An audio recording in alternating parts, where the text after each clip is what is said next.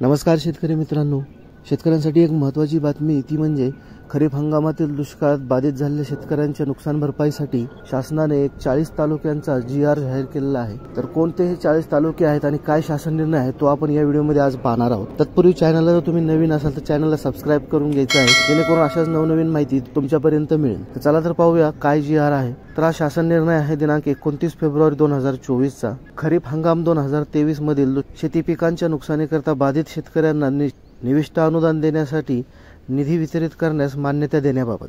तर अतिवृष्टी, पूर व चक्रीवादळ यासारख्या नैसर्गिक आपत्तीमुळे शेतकरी पिकांचे नुकसान झाल्यास पुढील हंगामामध्ये उपयोगी पडावे याकरता शेतकऱ्यांना एका हंगामात एका वेळेस याप्रमाणे राज्य आपत्ती प्रतिसाद निधीतून विहित दराने निविष्ठा अनुदान स्वरूपात मदत देण्यात येते। तसेच राज्य आपत्ती प्रतिसाद निधीच्या इतर मान्य बाबींकरता देखील विहित दराने मदत देण्यात येते। शासन निर्णय महसूल व वन विभाग दिनांक 27/3/2023 अन्वये राज्य आपत्ती प्रतिसाद निधीचे निकष व दर विहित करण्यात आले आहे। वर नमूद क्रमांक 5 येथील 9/11/2023 च्या शासन निर्णयानुसार जून ते ऑक्टोबर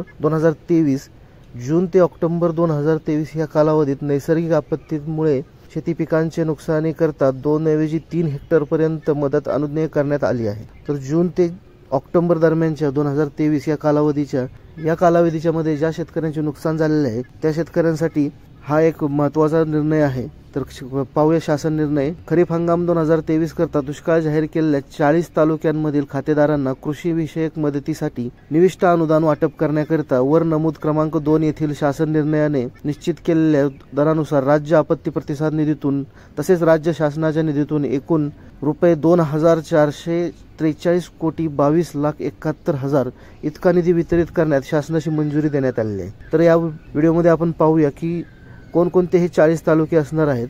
तर इथे जिल्हे दिले आहेत, तालुके दिले आहेत, तर आपण ते पाहूया।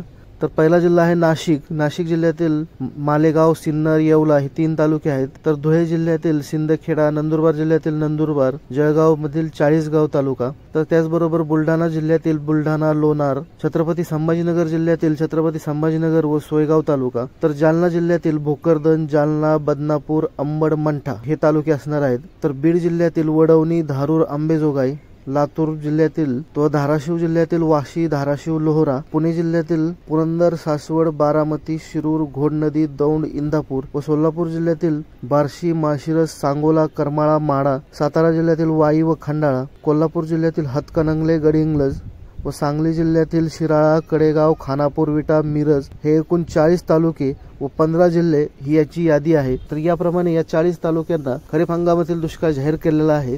त्यानुसार ही आर्थिक मदत शेतकऱ्यांच्या खात्यात वर्ग होणार आहे। तरी शेतकऱ्यांसाठी नक्कीच आनंदाची माहिती आहे। माहिती आवडल्यास चॅनलला लाईक करा, सबस्क्राइब करा। जय हिंद, जय महाराष्ट्र, धन्यवाद।